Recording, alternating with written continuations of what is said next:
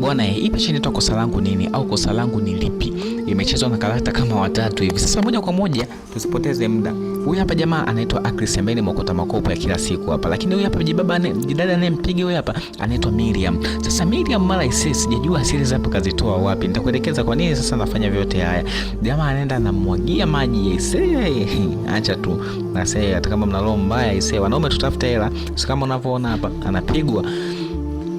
Akris analoma, anamwangalia tu usoni. Miriam sasa anarudisha nyuma kukumbuka akili yake sasa kwa nini anampiga. Sasa bana, leo moja kwa moja tunaleta hapa jamaa anaitwa Vocason. Vocason huyu hapa ni msela katika mtaa huu. Yaani kifupi Vocason, Akris pamoja na Miriam wanaishi katika mtaa huu mmoja. Sasa Vocason katika harakati zake yupo hapa anakunja bangi moja na mbili, haelewi mazingira. Sinaelewa tena. Katika kitaa lazima wepo wasela wenye mwiji yao. Sasa katika huu mtaa Vocason ndio mwomba wao. Hajekeshi haflaishi, yani awekangi moja kwenye mbili. Sasa hapo Miriam anatoka katika nani, anapita barabarani. Katika kupita barabarani anakutana na Vocason akasema usinichezee, na kama wiki 2 wiki 3 hapa sijala.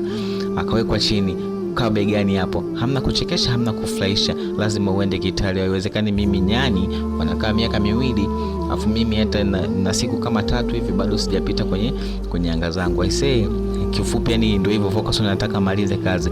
Miriam furukuta wapi? Sasa kwa pembeni kuna jamaa huyu hapa anaitwa Akris ambaye sasa ndio alikuwa anapigwa na yule Miriam. Akashuhudia hilo tukio moja kwa moja. Sasa inabidi aende kukimbia na hana nguvu, anaenda kumvaa Vocason. Aisee, ile kumvaa tu Vocason akasema usinitania, akashusha chini, akapigwa kipigo kama kaichia ise 1 2, hamna kuchekesha, hamna kufurahisha, kabaki amelala tu, hana nguvu, hana chochote cha kufanya. Vocason akapita na Miriam akakimbia. Sasa kiufupi ni kwamba Akris ndiye aliyemokoa Miriam hapo. Sasa tunarudisha mwanzo kabisa, kwa nini sasa anaanza kumpiga Akris? Bana alikuwa anaokota makopo katika mitaa ya kina Miriam, anaokota makopo kama unavyoelewa, anaokota makopo ili mradi apate chochote kitu. Hao ndugu zetu bana wanakula ili mradi kwa kukota makopo, anaenda kuyauza. Sasa hapa anakutana na kiandazi jalalani. Jamaa kama unavyoelewa hapo hawezi kakiacha 1 na 2 hivyo, anaendelea kula tu.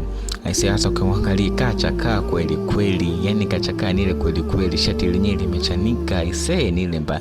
Sasa ilikuwaje mpaka anapigwa?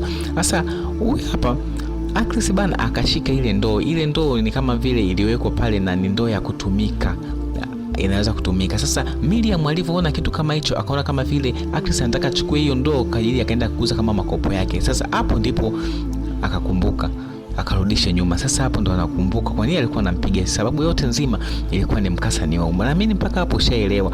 Sasa hapa Miriam inabidi ashuke chini kumwomba msamaha Akris. Akris anasema wala sio noma, mimi sina noma na mtu aisee.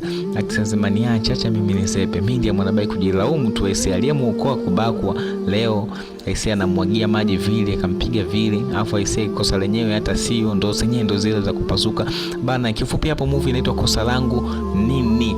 Usisahau kusubscribe katika channel yangu jamani, tunahitaji subscribers wengi ili hadi tutoe kazi nyingi zaidi.